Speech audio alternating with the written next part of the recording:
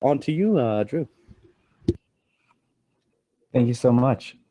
I'm Drew Jones, and I'm going to be talking about preparing for the OSCP without any pen testing experience.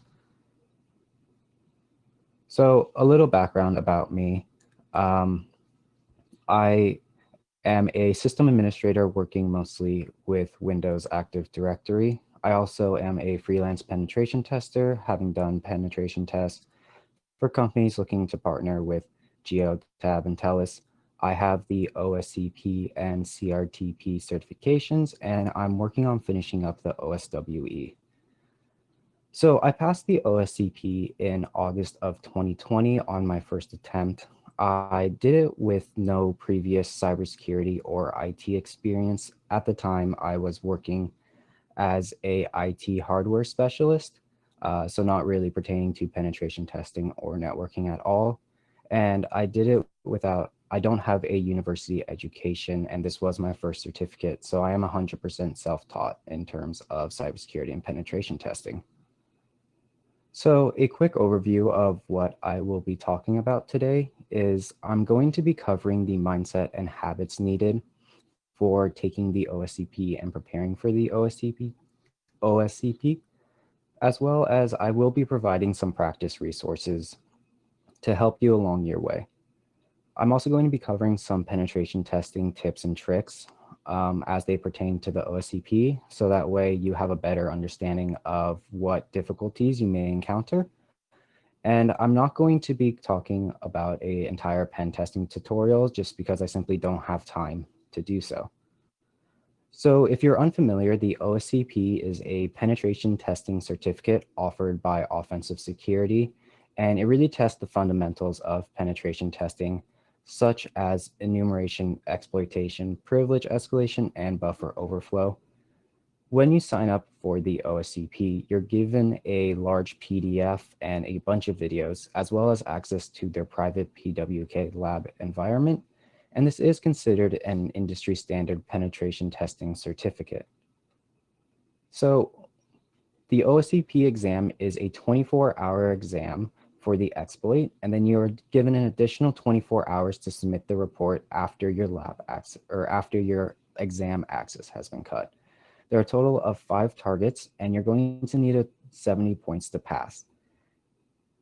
There's an optional lab write-up for 5 points. So there's a total of 105 points available, and you're not allowed to use any automated exploit tools such as SQL Map, Burp Suite Pro, or Nessus. And however, you are allowed to use one Metasploit module. So I'm going to talk about what you're going to need to do before signing up for the PWK labs. So, what are you going to need to know? Well, you're going to need to know a lot. For example, the tools you're going to need to know is Nmap, GoBuster, Linenum, Nikito, SearchBlade, SMB, ClanJohn, Hashcat, Sherlock, Dir, Plink, WFuzz, and a lot more.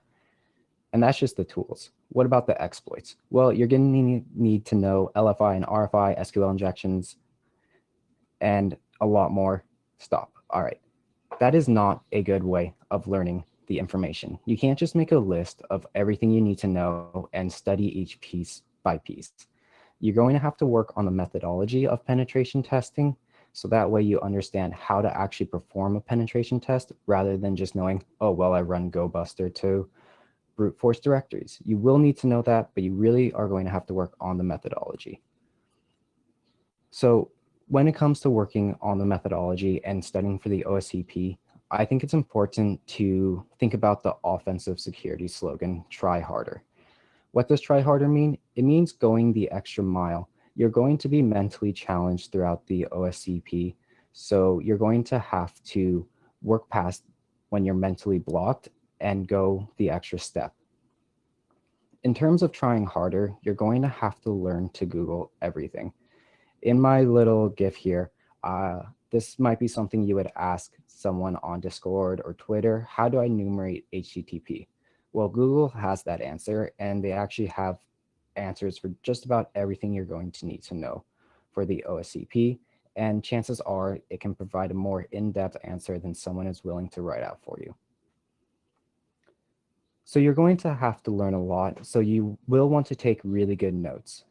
I would recommend using a note-taking tool such as Obsidian or GitHub or GitLab Markdown. And I would recommend using a Markdown editor because you're going to want to include photos and code snippets of any tools you learn or any boxes you root. And you're going to come across really useful websites and links.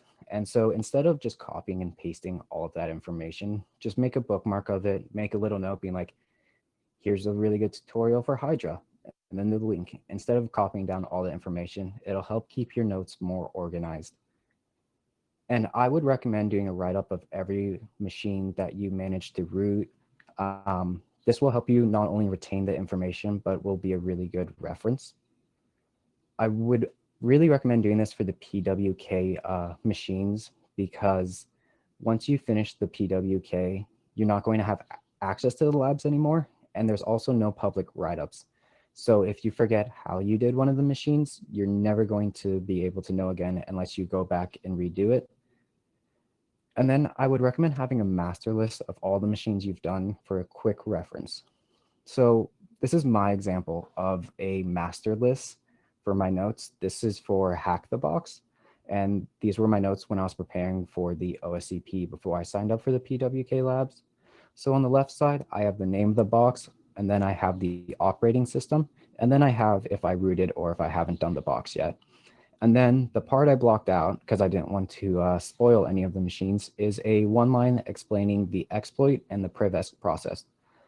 For example, if I rooted a machine with PHP deserialization and kernel exploit, I would just put that information there. And if I ever came across that again, I know I could just reference my write-up for that machine.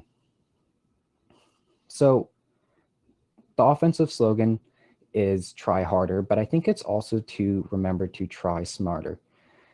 Especially when you're new to penetration testing, you're not going to know a lot. And instead of wasting your time on basic concepts for a week, like trying to figure out how to even run an Nmap scan, know your limits and know when to look up a write-up for a machine or a tool because you can no longer proceed unless you learn something new.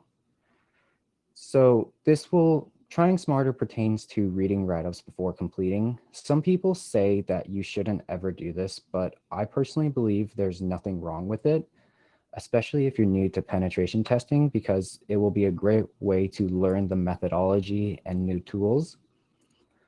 I would recommend making sure that you make notes on what is done, how they do it. If it's a machine walkthrough you're reading or watching, make sure you take notes on each step they do. If it's a tool, make sure you make notes on how they use the tool and what they use the tool for. And I'd also recommend following along with whatever guide you are doing. Do the machine with them, use the tool with them. That'll help you retain it and help you actually understand what they're doing. And while this is helpful, you're not going to want to do this forever because you will be missing out on the actual learning process of how to teaching yourself how to learn. So if you've read or watched a few guides and you feel ready to try practicing out on a target or a machine on your own, this is a strategy I'd recommend trying that I found really useful for me, is start by trying until you're completely stuck. Say, for example, you're on the enumeration phase and you are trying to enumerate a web port. So you've Googled everything you can related to that web port and you've used all the tools like Nmap, GoBuster, Nikito, whatever, and you're completely stumped and you've spent countless hours on it. I recommend looking for a hint after that. A lot of places have forums or a Discord you could ask for a hint, and people would be happy to provide it. So that way you can get a little nudge forward instead of looking at the actual solution. If after you've gotten a hint or multiple hints and you're still stuck, look up the solution for only that part. If you're stuck on the enumeration phase, only look up the solution for the enumeration and don't look up the solution for the privilege escalation as well, because that's just a waste. And then repeat the entire process. Look up the solution for enumeration, then go ahead and try the exploitation until you're completely stuck, then look at the hint, and do this over and over until you've completed the machine. And then after you completed the machine, I'd recommend reading someone else's write-up. You can learn a lot from reading someone else's write-up, even if you've done the entire machine, because someone might explain something that you didn't completely understand, or they might have used a completely different methodology, and it's important to take note of that. So we've all heard the phrase practice makes perfect. And I think the OSCP is a perfect example of practice makes perfect. This is a chart released by Offensive Security. On the x-axis, you can see the number of PWK lab machines compromised, and on the y-axis, you can see the OSCP pass rate. As you can tell, there's a clear correlation between the higher number of machines compromised and the higher pass rate, meaning if you practice more, you're going to have a better shot at passing. So if you're going to practice, you're going to have to use Linux, since majority of the tools you need will be on a Linux machine. I would recommend using Kali Linux or Paired OS, as they have a lot of the tools already installed. If you're completely new, you could try out Kali Linux because it is developed by Offensive Security. So they will provide you with good arsenal of tools needed. And so to practice while trying, you could use the PWK labs, but the PWK labs are limited. I think they're around 80 total machines, and they're not super easy to jump into, as well as they can be a little expensive, starting at $1,000 for 30 days. So these are 4 of the most popular alternatives to use. And I want to take a second and look at TJ Knoll and the mayor's Path to OSCP guide. They have TJ Knoll, if you're unaware, is the community manager at Offensive Security, and they comprise this list of machines on the 4 platforms I will talk about that are similar to the OSCP. And I believe there's over 80 machines total here, and they're all very closely related to the OSCP and really help you understand the process and methodology needed. So the first one I would like to discuss is TryHackMe, which is a really amazing platform for beginners. The reason why it's really good for beginners is because they have an introduction to tools and techniques that are used in the hacking process, as well as providing step-by-step tutorials on how to exploit this. They have tutorials on LFI and RFI, on SQL injection, and a bunch more. So if you're struggling with the concept, I'd recommend checking them out. And in addition to that, they do actually have full machines where you have to enumerate, you have to perform your exploit, and you have to perform privilege escalation. So they're definitely a fantastic resource when preparing for the OSCP. CyberSec Labs is honestly, I believe they're a really good resource, even though they're no longer releasing machines. But the machines they do have available are really geared towards beginners. They're really geared towards beginners simply because they don't require heavy enumeration, and the exploits are very simple. If you're struggling with Hack the Box or even some TryHackMe machines, I'd recommend checking out CyberSec Labs, just because they're, from what I found, the most beginner-oriented types of machines. Hack the Box is my personal favorite. However, they are not geared towards beginners, and they do require a little more experience, as they are a little more complicated in the entire penetration testing process.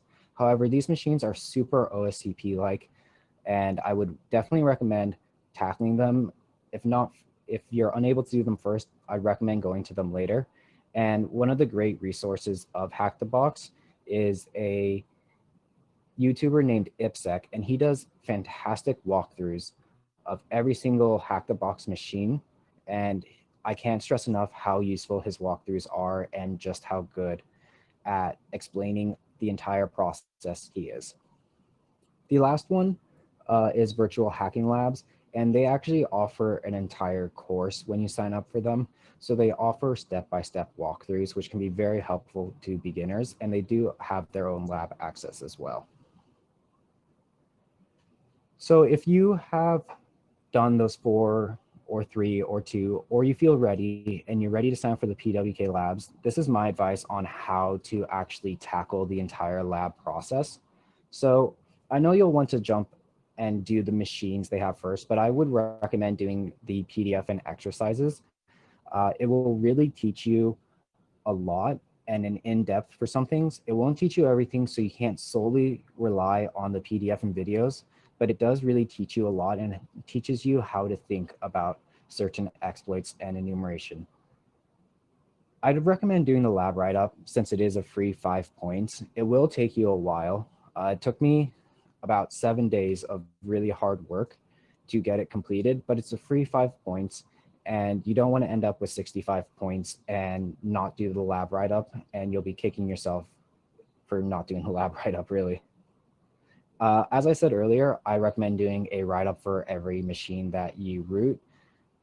That way you have a good reference for them, and you can it will help immensely with your note-taking process. There are a few active directory machines for the PWK labs, and you shouldn't be afraid of them. I think you should tackle them head on. If you're not good with Windows, do them. If you're good with Windows, they should be easy. So I definitely would recommend looking at the Active Directory machines. And as I've already discussed, use the forums for the hints. They're a good thing, but don't use them. Don't only rely on the forums for every machine you use. This is the PWK labs provided by Offensive Security. I won't provide any spoilers, but it's really, really well laid out. I learned a ton, and I bet you will too. Okay, so now I'm going to talk about some pen testing tips and tricks that I found when taking the OSCP. These tips and tricks are more pertaining for thinking about the OSCP rather than just general tips and tricks. So the 4 topics for pen testing for the OSCP is enumeration, initial exploitation, privilege escalation for both Windows and Linux, and buffer overflow. Enumeration is by far the most important step of this entire process. You should always be having enumeration running in the background, whether you're running more Nmap scans or you're running enum for Linux for SMB or GoBuster on every single directory you found. It's important to explore every inch of the machine. And you should be using all the tools that you're allowed to. Just because you think one tool won't give you more information than the other, if you're stuck, run both. Maybe it will give you more information. And you're going to want to be aware of rabbit holes. If you're unfamiliar, a rabbit hole is going down a path that you think is exploitable, but it is not. And this really wastes a lot of time and brain power, especially when you're in a 24-hour time restraint like you are when you're taking the OSCP. So you should really know how to identify a rabbit hole because you will see them on the exam. So this is a quick example from a recently retired machine on Hack the Box, where the enumeration wasn't as simple as you may think. You had to run a GoBuster scan on an already found directory, and that will lead you to another directory where the exploit actually is. A lot of people don't run recursive GoBuster scans, and this is what I mean when you should always explore every inch of the machine because you never know where the exploit will actually be. And if you're curious, you can read the full write-up on my website. So after you finish the enumeration process, you're going to need to perform the initial exploit. And I really can't stress how important enumeration is. If you've already enumerated well, you should know the exact exploit process you're going to have to take. So you're going to want to look for the version of services that are running, whether it's looking through the source code, using Netcat, or using other tools like Nmap. You're going to want to find the service version running, and then you're going to want to see if it's vulnerable. Looking for it on ExploitDB, GitHub, using Searchpoint or blogs. There's a lot of ways you can look it up, and you should just be Googling the service, the version, and then see if it's vulnerable. Sometimes the exploit won't always be right in front of you, and you will have to string information together. For example, if you find, say, credentials on the HTTP port and you test them and they don't log you into the website there, test them out on SSH, test them out on SMB. String together multiple exploits if needed even to perform the initial exploitation and land a reverse shell. So you're going to need to know the most common web exploits, such as SQL injections, directory traversals, LFI, RFIs. You're going to have to know how each of these exploits work and how they will lead you to remote code execution. I'd also highly recommend getting familiar with reverse shells, and I'd recommend getting familiar with a lot of different ones, such as Pentest Monkey or Payload All the Things, Nishing, or MSF Venom. These are all great, and you should know each one of these very well. And then to help you before the OSCP and to help you really understand how the exploit works, I'd recommend testing different scripts. If you find a script that works, try changing it around. Look at how the payload they use and maybe try and change it. If they're using a bash payload, change it to like a PHP or something and see if you can get that to work.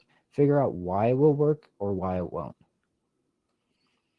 So after you've performed your initial exploit, you're going to have to perform privilege escalation for majority of the machines.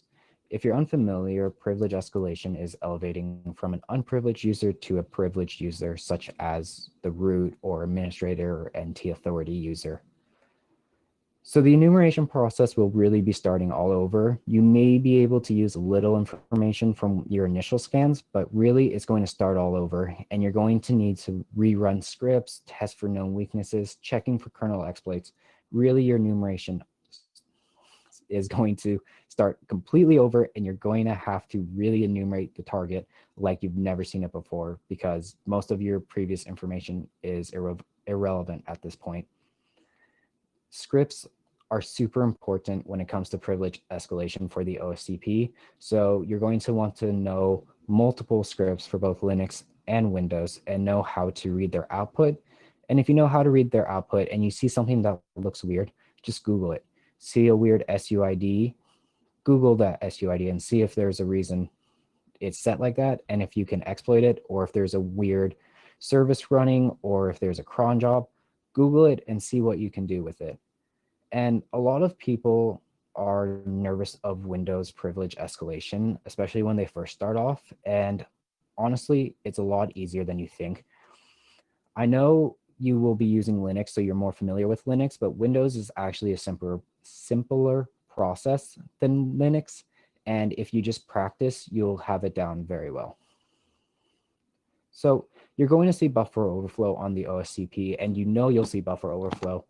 The other machines could be anything. They could be Windows, they could be Linux, they could be web exports. They could really be anything. But you know there will be buffer overflow, and this should be free points to be completely honest. I would highly recommend knowing how to use Immunity Debugger well, as a lot of tutorials use Immunity Debugger for the buffer overflow process. And this process should be really ingrained in your head. It's really the same steps every time. For me, I personally wrote it out in 8 steps, but I know other people who did 6 to 10. And it really should take you only 30 to 45 minutes to complete a buffer overflow in terms of how the OSCP takes it. And there are a ton of great guides out there. Each one will teach you in different ways. So I'd recommend checking them out if you are struggling or you just straight up don't understand buffer overflow. So I know this was a lot and it can be daunting, especially if you think you're going to be tackling it on your own, but there's actually a fantastic community behind there's actually a fantastic community for people taking the OSCP and people who are done with the OSCP. There's a lot of Discords out there that discuss the OSCP. There's an official one from Offensive Security. However, it's not super active, so I'd actually recommend checking out the InfoSec Discord. They have discussions about every single offensive security certificate, especially the OSCP, and there's always people discussing every day about the exercises, about machines, getting hints, and all of that. So I would really recommend checking that out. If you're not signed up for the PWK yet, you could also check out like Hack the Box and try Hack Me. check out their Discords because they have discussions there about all the machines, and people would always be willing to provide hints or help you with a solution if you're struggling. And there's a bunch of small communities that you'll discover out there who are probably within your skill set and would love to run through machines with you. When you sign up for the PWK, you get access to their forums. I would highly recommend checking them out just because they're super useful and people are always discussing there as well. A lot of people on Twitter are also taking the OSCP, so you can look around Twitter, talk to people on there, and I'm sure you can make a lot of great contacts with that. And you can always reach out to me for if you have any questions pertaining to the OSCP, and I'd be happy to answer them for you. So if you finished the PWK labs and you feel ready, these are my exam tips for when you're actually in the OSCP. And like always, you're going to want to keep really good notes while you're in the exam. I'd recommend using Cherry Tree or Obsidian, as these are really good note-taking tools. And honestly, by the time you finish the OSCP exam, your write-up should be pretty much done because you've taken such good notes of each process. After the Nmap scan, screen cap the Nmap scan, put it there. You run GoBuster, put GoBuster there. You find the initial exploit, put the initial exploit there. Really, all you should need to do is just write up a little bit of what you did each time, and you should be done. You're going to want to enumerate very, very well for the OSCP, and you're going to want to make sure if you're stuck, just enumerate more. I would recommend starting with buffer overflow because it's a free-ish 25 points. It should be easy enough. If you do the lab write-up and you're very good at buffer overflow, you could easily have 30 points within the first 30 minutes of the OSCP. If you come across a machine that you believe a Metasploit module can exploit, I'd recommend just using it instead of spending several hours trying to do it manually and failing. If you have a Metasploit module available, just use it, especially if you're confident in doing so. That way you waste less time on the exam. And obviously you're going to want to take breaks and not over caffeinate. It is a 24-hour exam. If you over caffeinate, you'll burn out at a certain point. So definitely make sure you know your caffeine limits. And also make sure you back up your machine or any notes you take in case your VM breaks. You don't want to be finishing up your exam and your VM to break, and then you will have nothing left and have to redo the exam. And if you have any questions, feel free to reach out to me. I'm constantly checking my Twitter, but I will also check my email. Thank you.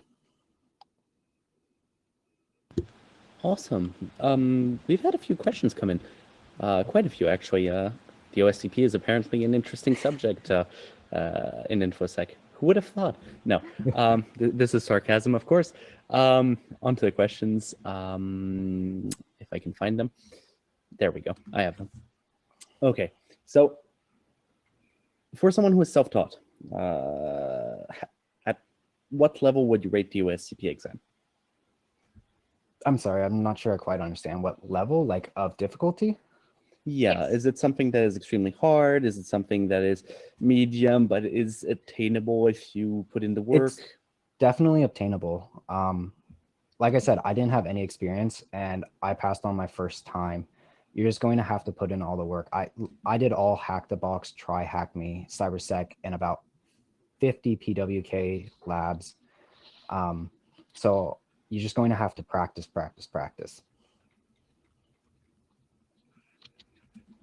Alrighty, awesome. That actually covers another question as well. So do you have any specific boxes on Hack the Box that you'd recommend? Yeah, there's that huge list from TJ Knoll. You can find it, it's everywhere. You could just Google TJ Knoll OSCP list for Hack the Box. Sorry, it's really far back. And it's honestly really well done. I did all Try Hack Me, CyberSec Lab, and Hack the Box, and I can tell you each one is very similar to what you'll see for PWK Labs or OSCP. Mm-hmm. Awesome. Okay. And what do you think was harder, the write-up or the boxes? The boxes for sure. Like I said, I did a write-up for every single one of the machines I rooted, so I had like, I don't know, almost probably over 100 write-ups. So I was just once I got the write-ups, I could just bang it out super quick just because I knew what I needed to screen cap, how to organize my notes correctly, especially in a short period of time. So that's why another reason why I'd recommend doing write-ups of every machine you root. Okay. We also, right, it's a question about pacing. So you answered it quite well, stating, yeah, okay, don't over caffeinate. So do you use a full 24 hours to do the OSCP exam, or do you like take a break in the middle, multiple breaks? How did you do it? Personally, Yeah. I over caffeinated, which is why I added that bit. I did like 4 machines in like 6.5 hours. And then I was like, sweet, I got my passing points. I'm feeling pretty good. I took like a 30 to 45-minute break.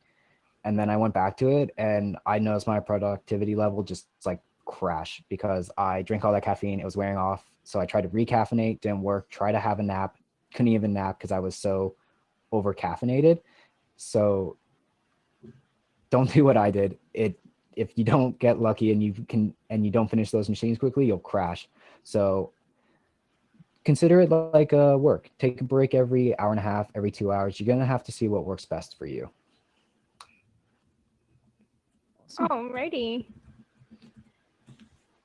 It looks like you covered all the questions with other questions as well, because we had write-up tips and if you pass the OSCP on your first try, but I believe you already covered those, so awesome sauce.